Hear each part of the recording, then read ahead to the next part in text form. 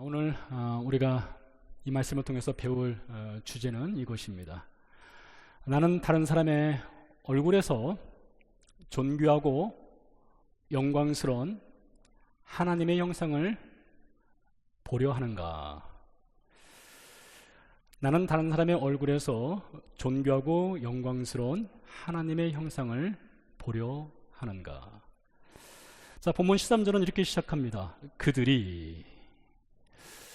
마가복음 11장 27절로부터 해서 여러 번에 걸쳐서 그들이라는 표현이 등장합니다. 11장 27절에서 그들, 31절에서 그들이, 12장 12절에서 다시 한번 그들이 등장합니다.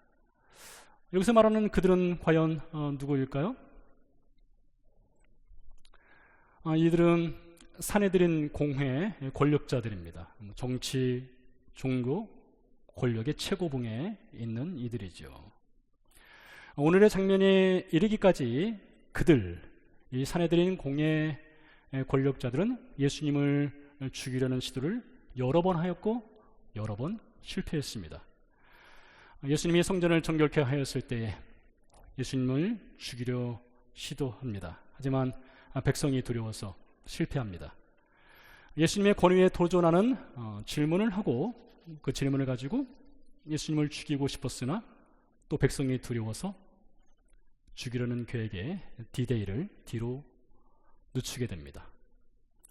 예수님께서 포도원 주인과 악한 농부 비유를 말씀하시자 우리의 계획이 탈로 났다. 빨리 죽여야 된다. 했지만 여전히 백성이 두려워서 예수 죽이기 계획을 바로 실행하지는 못합니다. 그리고 마가복음 12장 12절, 지난 시간에 우리가 배운 장면인데요. 12장 12절 마지막 부분은 이렇게 기록되어 있습니다. 그들이 무리를 두려워하여 예수를 두고 가니라 했습니다. 자, 이 장면을 읽게 되면 그들이 이제 안 되겠구나 포기하자 한 듯 싶지만 오늘 본문 바로 이어지는 13절 첫 마디가 그들입니다. 다시 그들이 등장한 겁니다. 자, 이번에 등장한 그들은 바리새파, 헤롯 당 이 두 집단 사람들을 동원합니다. 이들이 예수님을 죽이기 위한 플랜 B를 작동한 것입니다. 자, 그렇다면 이들이 보낸 바리새파 사람들과 헤롯 당 사람들은 어떤 사람들입니까? 간략하게 말씀드리면 바리새파 사람들은 반로마적인 로마의 제국의 비협조적인 사람들입니다. 크진 않지만 작은 저항의 반기를 들고 있는 종교 집단입니다. 헤롯 당 사람들, 이 사람들은 매우 세속적인 사람들입니다. 그리고 친로마적인 정치 세력입니다. 그러니 종교 집단이고 반로마적인 바리새파 사람들과 친로마적이고 세속적인 헤롯 당, 이 두 집단이 함께 손을 잡는다는 것은 미국의 공화당과 민주당이 서로 손을 잡고 무엇인가 하는 것 이상으로 어려운 것입니다. 그런데 이 두 집단이 예수 죽이기, 이 예수 죽이기라는 공동의 악한 목적을 위해서 손을 잡았습니다. 그리고 그들에 해당하는 사내들인 공회 권력자들은 적극적으로 이들을 지원하고 있습니다. 자, 이 장면에서 우리의 질문은 이것입니다. 평소라면 말도 섞지 않을 법한 적대적 관계에 있는 이 집단들이 함께 손을 잡고 어깨동무를 하면서까지 왜 그렇게까지 하면서 예수를 죽이려 하는가? 이것입니다. 요한복음 7장에 보면 유대인들이 예수님을 가리켜서 이렇게 말합니다. 당신의 가르침은 우리가 기존에 알고 있던 랍비들의 가르침과는 다르다. 권위가 있다 했습니다.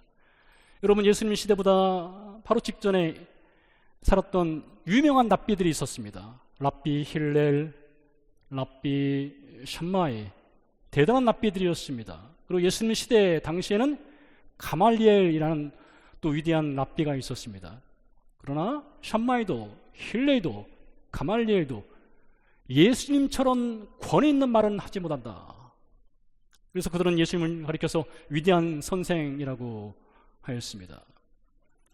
마가복음 7장 37절 말씀에 보니까 이런 말씀도 있습니다. 그가 모든 일을 잘하였다.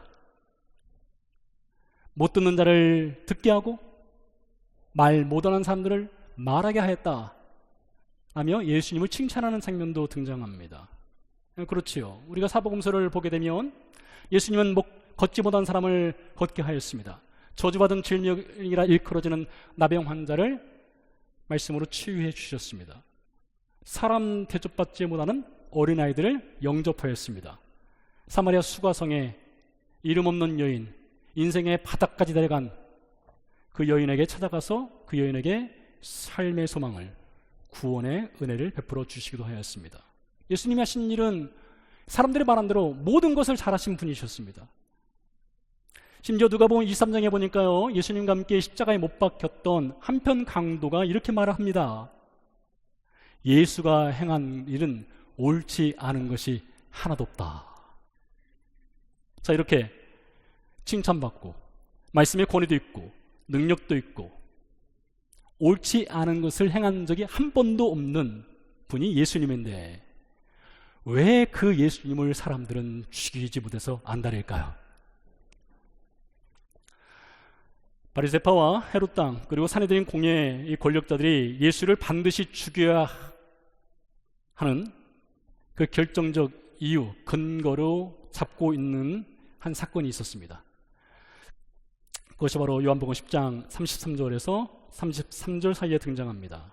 이렇게 기록되어 있습니다. 예수님이 이렇게 말씀하셔요. 나와 아버지는 하나이니라. 정말 뒷목 잡고 충격받을 만한 말씀이죠. 나와 아버지는 하나이니라. 즉 내가 하나님이다, 내가 하나님의 아들이다, 이 말을 한 겁니다. 자, 그러자 유대인의 반응이, 유대인들이 다시 돌을 들어 치려하거늘 무엇이에요? 즉결 처형하고 싶었다는 것이죠. 이어서 예수께서 대답하시되 내가 아버지로 말미암아 여러 가지 선한 일로 너희에게 보였거늘 그 중에 어떤 일로 나를 돌로 치려 하느냐.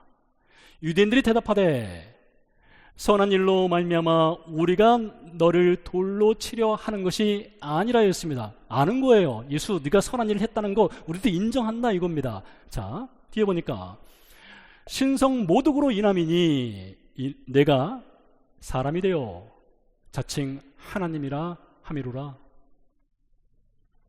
신성 모독이라는 것입니다.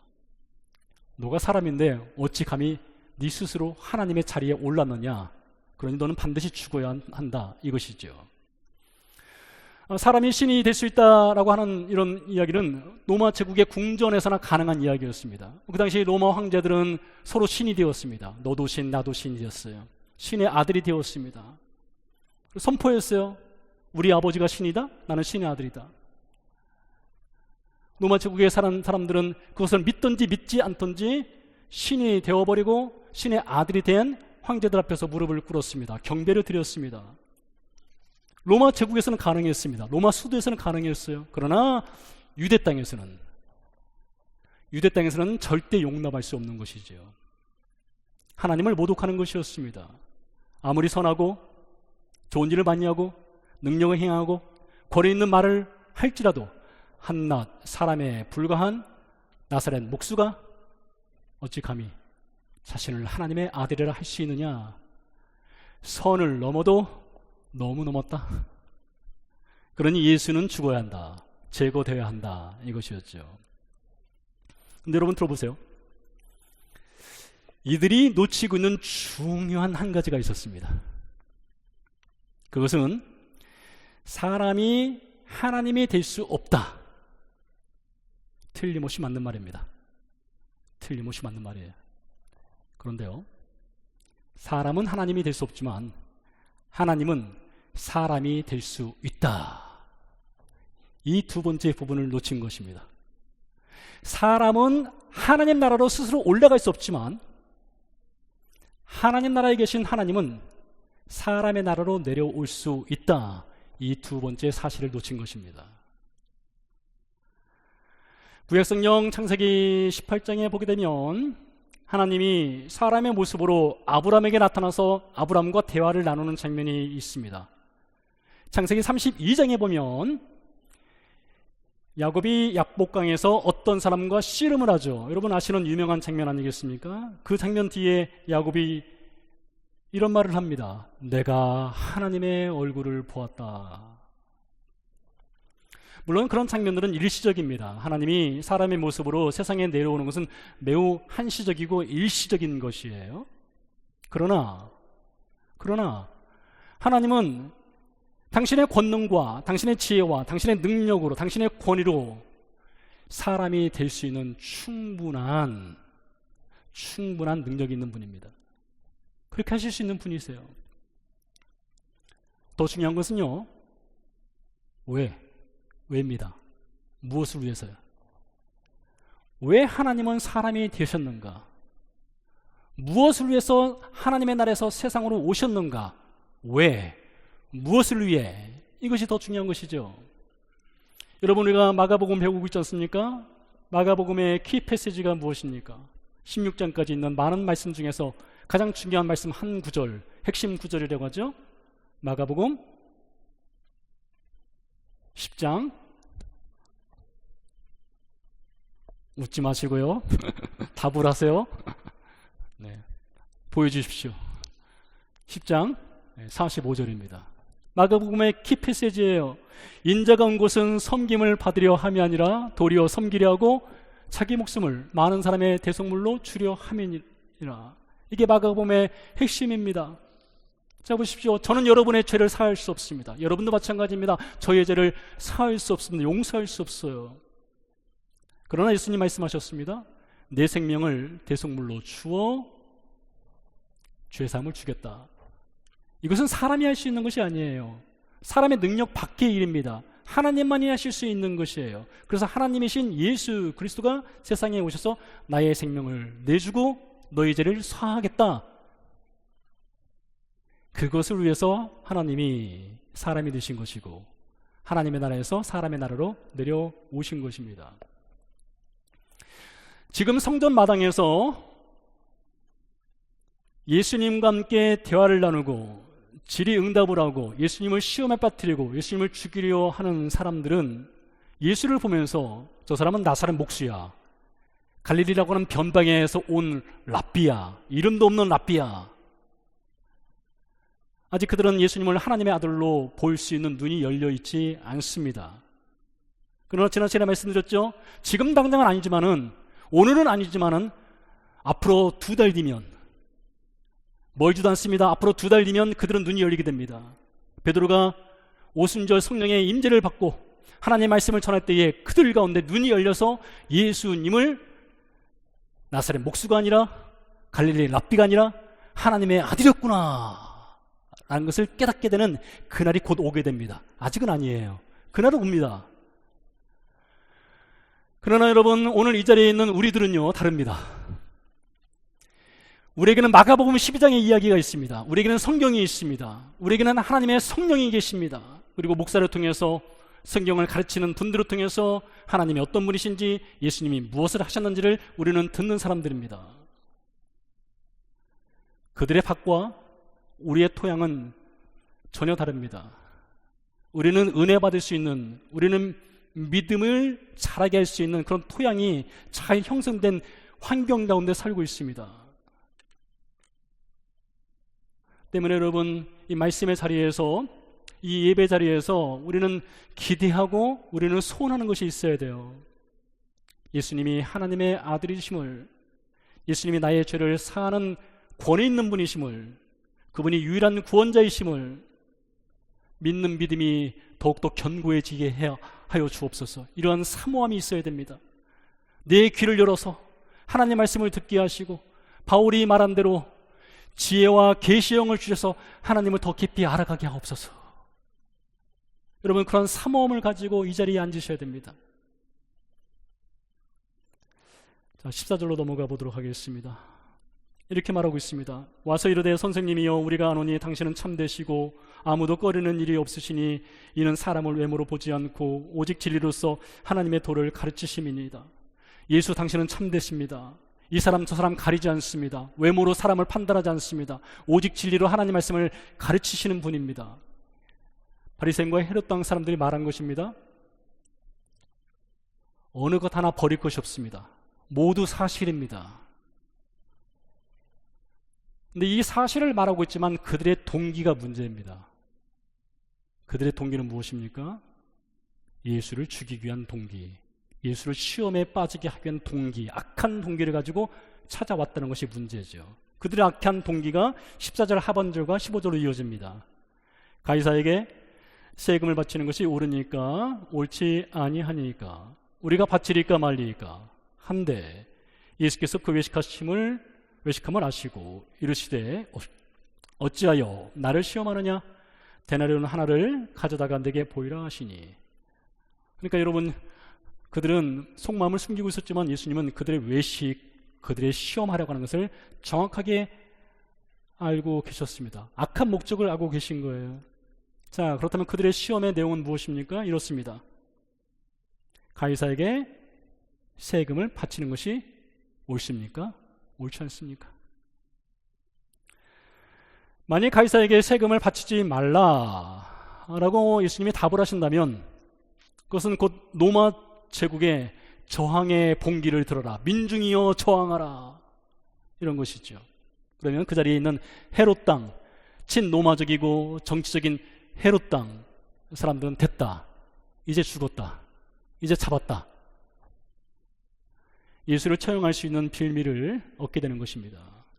반대로 가이사에게 세금을 바쳐라 한다면 로마 제국의 압제하에서 세금을 바치는 것이 버거운 유대 백성들 입장에서는 예수님께 등을 돌릴 수 있는, 그래서 이럴 수도 없고 저럴 수도 없는 그런 딜레마 상황에 빠지게 하는 것입니다. 이들이 그들의 시험이에요. 자, 그렇다고 해서 우리 예수님이 그들의 외식과 그들의 시험에 빨려 들어가고 넘어지는 분이십니까? 그렇지 않죠? 예수님이 로마 제국의 동전인 데나리온 하나를 요구하셨습니다. 가져와라. 16절 말씀입니다. 가져왔거늘 예수께서 이르시되 이 형상과 이 글이 누구의 것이냐? 이르되 가이사의 것이니이다. 예수님께서 데나리온 동전을 하나를 받으셨습니다. 그리고 예수님 앞에 모여있는 사람들 앞에서 그 동전을 이렇게 보여주셨습니다. 그리고 질문을 던졌습니다. 이 동전의 형상이 누구의 것이냐? 글귀가 무엇이냐? 그 당시 데나리온 동전에는 가이사 로마 황제의 형상이 새겨져 있었습니다. 그리고 글귀가 새겨져 있었는데 글귀의 내용은 황제 가이사는 신의 아들이다 라는 글귀가 새겨져 있었습니다. 답을 하죠. 로마 황제의 형상입니다. 로마 황제는 신의 아들이라는 글귀입니다. 이렇게 답을 했겠죠? 그러자 예수님께서 이어서 답변을 하십니다. 우리가 잘 들어봤을 법한 말씀이죠. 유명한 말씀입니다. 가이사의 것은 가이사에게 바치라. 이게 과연 어떤 말씀일까요? 여러분, 사실 답은 간단하고 명료합니다. 로마 제국에 바쳐야 할 세금 납부하라, 이것입니다. 로마 제국에 바쳐야 할 세금 성실하게 바쳐라. 요즘 텍스 리포트 할 시즌이죠. 여러분 하셨는지 모르겠습니다. 그 당시 사람들에게 이 세금 문제는 굉장히 어려운 문제였습니다. 예를 들어서 갈릴리의 어부가 배를 소유하고 있으면 그 소유세를 내야 했습니다. 여러분 자동차 소유하면 자동차세 내지 않습니까? 그거와 비슷해요. 배를 타고 갈릴리 바다로 나가지 않습니까? 갈릴리 바다 이용세를 내야 했습니다. 그물을 던져서 고기를 잡으면 고기 잡았다고 해서 세금 내야 했습니다. 고기를 판매하면 수익이 있죠? 수익에 합당한 세금을 내야만 했습니다.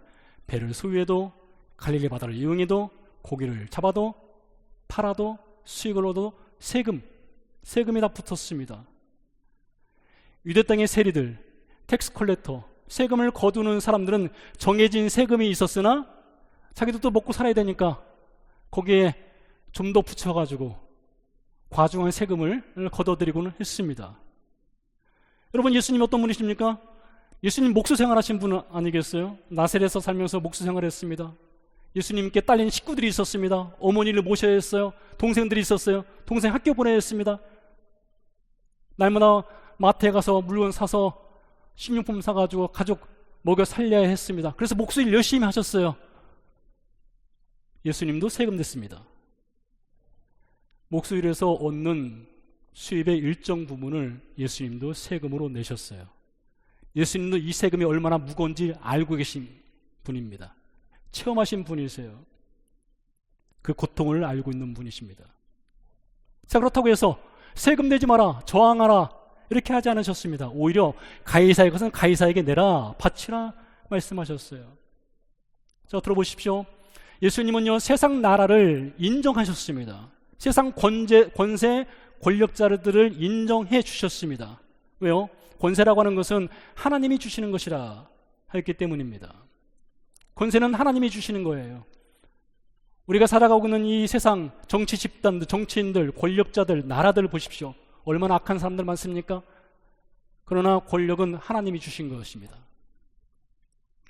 물론 권세를 하나님이 주셨다고 해서 세상의 법과 모든 제도에 우리가 무조건 복종하고 무조건 무릎을 꿇어야 하느냐라고 질문한다면 그렇지는 않습니다.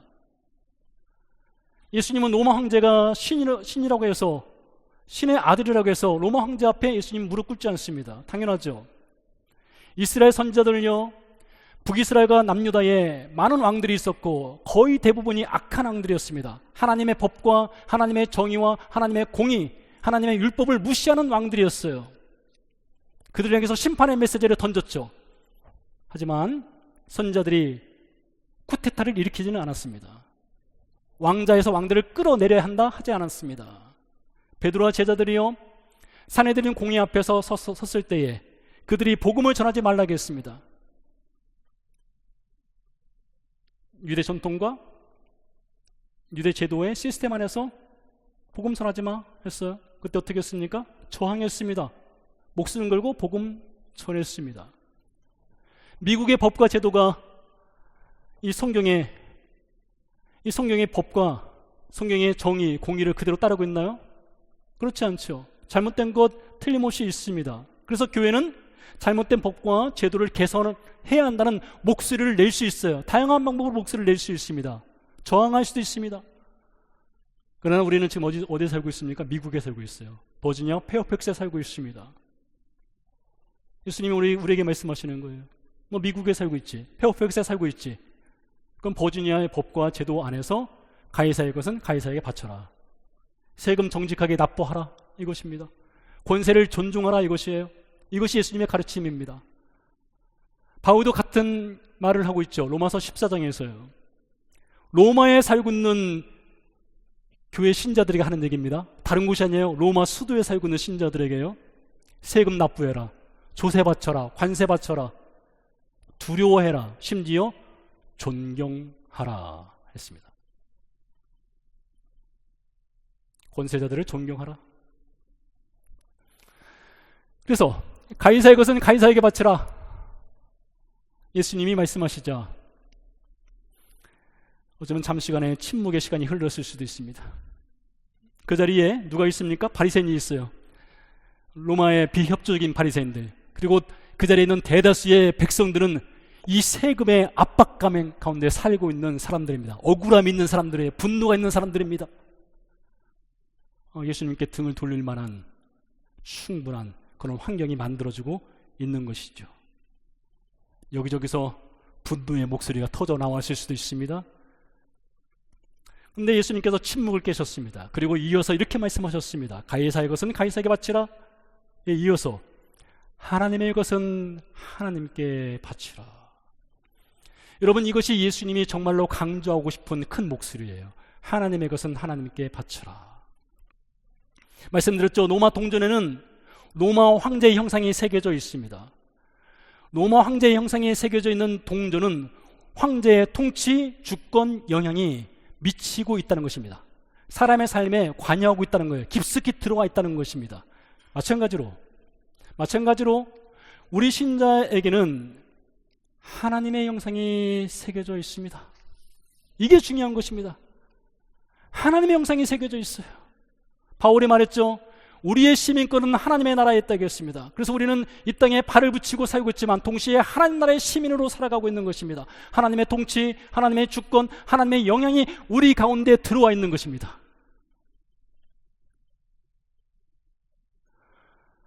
여러분, 하나님의 형상, 이 하나님의 형상은 하나님의 존귀하고 하나님의 영광스러운 모습이죠. 하나님의 거룩, 하나님의 진리, 하나님의 성결, 하나님의 모든 캐릭터가 이 하나님의 형상에 담겨 있습니다. 창세기 1장에서 하나님이 사람을 창조하실 때에 다른 피조물과 달리 사람에게는 하나님의 형상을 고스란히 담아 놓으셨다라고 증언하고 있지 않습니까?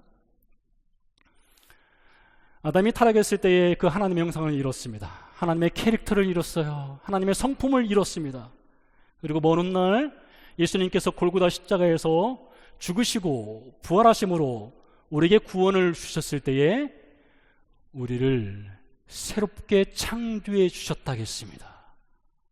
고린도서 5장 17절 말씀이죠. 그래서 우리의 영적 출생지는 골고다 십자가입니다. 우리의 영적 출생지는 골고다 십자가야. 그곳이 우리의 산부인과인 거예요. 산부인과요. 근데 여러분, 예수님의 십자가 죽음과 부활을 통해서 우리를 새로운 피조물로 창조해 주셨을 때에, 새롭게 태어나게 하셨을 때에 우리의 발가락만 창조해 주셨나요? 우리의 손가락만 하나님 닮도록 하셨나요? 아니죠. 하나님의 온전한 형상을 우리에게 고스란히 입혀 주셨습니다. 하나님의 형상을 닮은 존재로 새롭게 창조된 거예요. 그래서 하나님의 형상이 우리의 삶에, 우리의 얼굴에 새겨져 있는 것입니다. 하나님의 통치, 하나님의 주권, 하나님의 다스림, 하나님의 영향이 우리의 삶에 새겨져 있는 것입니다. 그래서 우리를 가리켜서 킹덤 피플이라고 하죠. 왕국의 백성들이라고 합니다. 하나님 나라의 거룩한 백성들이라고 하는 것이, 기억하십시오. 우리에게는 하나님의 형상이 새겨져 있어요. 자, 이제 보십시오. 우리의 처음 질문은 이것이었습니다. 나는 다른 사람의 얼굴에서 하나님의 존귀하고 영광스러운 하나님의 형상을 보려 하는가? 이것이 우리의 질문이었습니다. 오늘 말씀에 물과 기름처럼 절대 하나가 될 수 없고 하나가 되어서도 안 되는, 절대 어울릴 수 없는 바리새파 사람들과 헤롯 땅 사람들이 예수 죽이기라는 그 악한 목적을 위해서 손을 잡았습니다. 어깨동무를 했어요. 한 마음, 한 생각, 한 뜻을 품었습니다.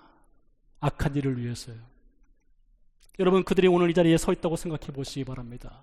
그들이 우리에게 하나님의 형상을 회복한 우리들에게 이 질문을 던진다면 우리는 어떤 답을 하겠습니까? 우리는 이렇게 서로 어울릴 수 없는 두 집단이 악한 목적을 위해서 함께 손을 잡았는데 여러분은 어떻습니까? 여러분은 함께 어울리고 있습니까? 함께 손을 잡을 수 있습니까?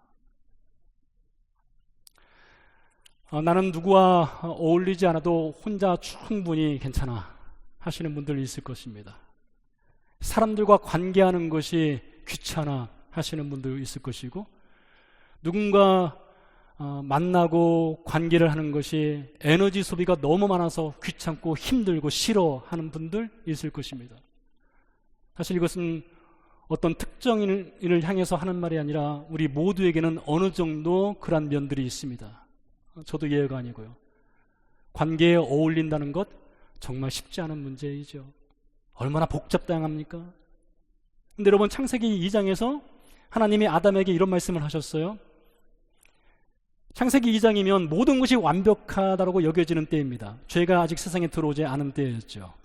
그런데 다시 하나님은 완벽한 세상을 창조하지는 않으셨던 것 같습니다. 왠가 하면 창세기 2장 18절 말씀에 보면 하나님이 아담에게 이렇게 말씀하십니다. 네가 홀로 있는 것이 좋지 아니하다. 성경에서 처음으로 네거티브한 표현이 등장한 거예요. 네가 홀로 있는 것이 좋지 아니하다. 여러분, 아담은 완벽한, 홀로 있어도 완벽한 존재로 창조되지 않았습니다. 그는 홀로 있으면 결핍한 존재, 결핍된 존재로 창조된 거예요. 그래서 그는 반드시 누군가의 도움이 필요했어요. 반드시 옆에 누군가 있어야만 했습니다. 서로 의지해야만 했어요. 서로 손을 내밀고 서로 손을 잡아주어야만 살아갈 수 있는 존재로 하나님이 아담을 창조하신 거예요. 우리는 식전에 기도를 하죠. 식사 전에요. 근데 유대인들은요, 식후에 기도를 합니다. 식후에 축복 기도를 해요. 그 축복 기도의 내용 중에 이런 내용이 있습니다. 하나님께서 결핍을 창조해 주심을 감사합니다. 하나님께서 결핍을 창조해 주셔서 감사합니다. 여러분, 왜 결핍, 부족함이 축복이 될까요? 우리는 뭔가 부족하고 뭔가 결핍됐을 때 의지하고 싶어 합니다. 나에게 부족함이 있기 때문에, 나에게 결핍되어 있기 때문에 하나님께 매달려요. 여러분, 그것이 복이랍니다. 만약에 우리 가운데 결핍이 없다면 아쉬운 것이 없겠죠. 아쉬운 말을 할 필요도 없을 것입니다. 다른 사람 필요로 하지 않을 것입니다. 언뜻 보면 괜찮아 보이죠? 아니요, 전혀 그렇지 않습니다. 전도서 4장에서 그것을 말하고 있습니다. 이렇게 말하고 있어요. 홀로 있다가, 홀로서 잘하고 있죠? 혼자 잘 살고 있다가 넘어졌을 때에 일으켜 세워줄 자가 없으면 그것은 디제스터, 재앙이라고 말하고 있어요. 여러분이 홀로 있을 때 아무도 여러분을 일으켜 세워줄 사람이 없다면, 지금까지는 잘 살아왔는지 모르겠지만 그건 재앙이래요. 재앙이요. 성경에 보니까요, 예수님을 빼놓고 세상에서 성경 인물들 가운데 가장 온유하고 겸손하다라고 일컬어졌던 인물이 있습니다. 혹시 누군지 아세요?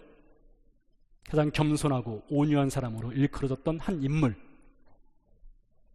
모시요, 모시. 모세요, 모세. 여러분, 그 모세의 온유함, 모세의 겸손함은 어디서 나온 줄 아세요? 여기에서 나왔습니다. 모세가 이런 얘기를 합니다. 하나님, 이 백성을 저 혼자 인도할 수 없습니다. 저는 부족합니다. 저는 결핍되어 있습니다. 번아웃 됐습니다. 저에겐 도움이 필요합니다. 도울 자를 붙여주시지 않으면 차라리 저를 죽여주십시오. 여러분, 모세의 온유함, 모세의 겸손은 그의 결핍의 인정에서부터 출발했습니다. 결핍은요, 약점이 아닙니다. 부족함은 결점이 아니에요. 우리는 또 누군가의 결핍과 누군가의 부족함을 결점으로 봐서는 안 되는 거예요. 내가 손을 내밀어서 도와줄 그 은혜의 찬스로 봐야 하는 것입니다. 그런데 여러분, 기억하십시오. 나 혼자만 하나님의 형상으로 창조된 것이 아닙니다.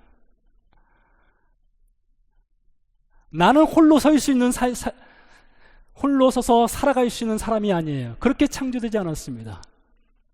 조금만 더 이어가 볼까요? 창세기 1장 26절 27절 말씀에 보면 하나님이 사람을 창조할 때에 하나님의 형상을 닮은 존재로 창조했다고 기록되어 있잖아요.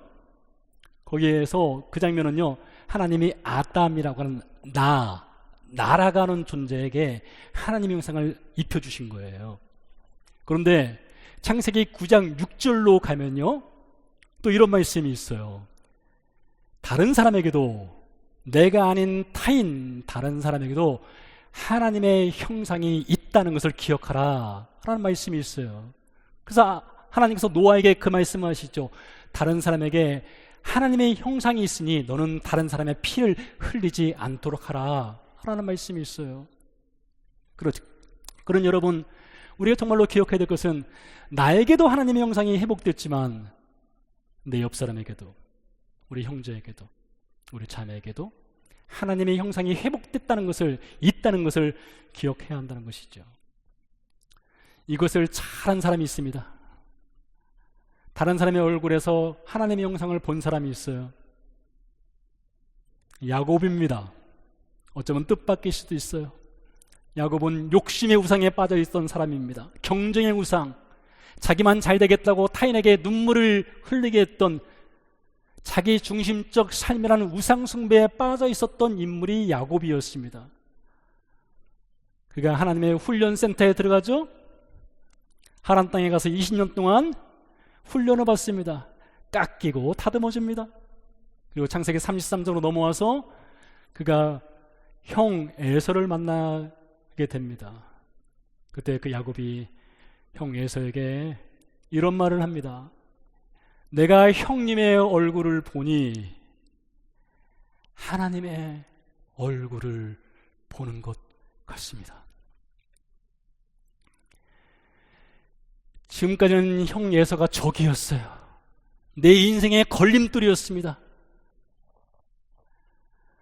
근데 그 야곱이 20년 뒤에 형의 얼굴에서 하나님의 형상을 보았어요.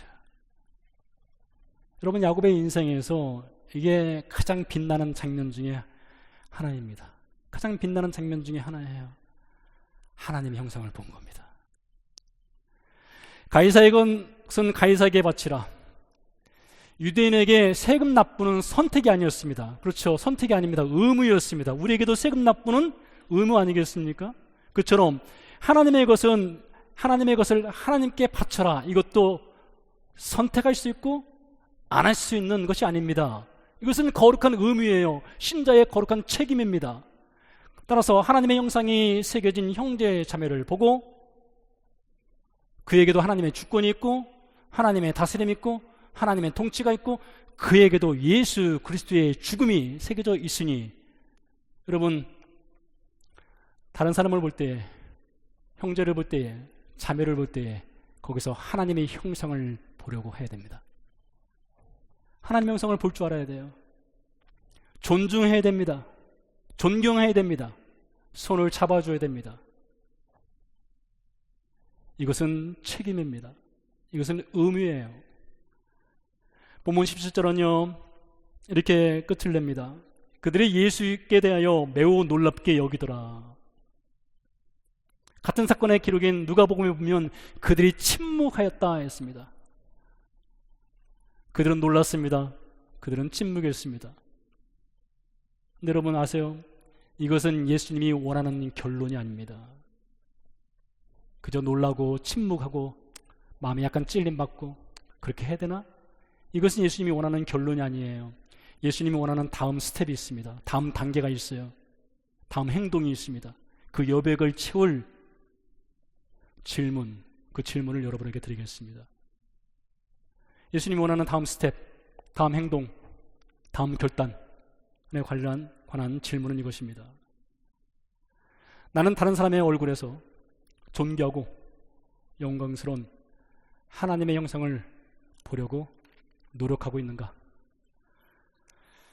함께 찬양 드리고 기도하도록 하겠습니다.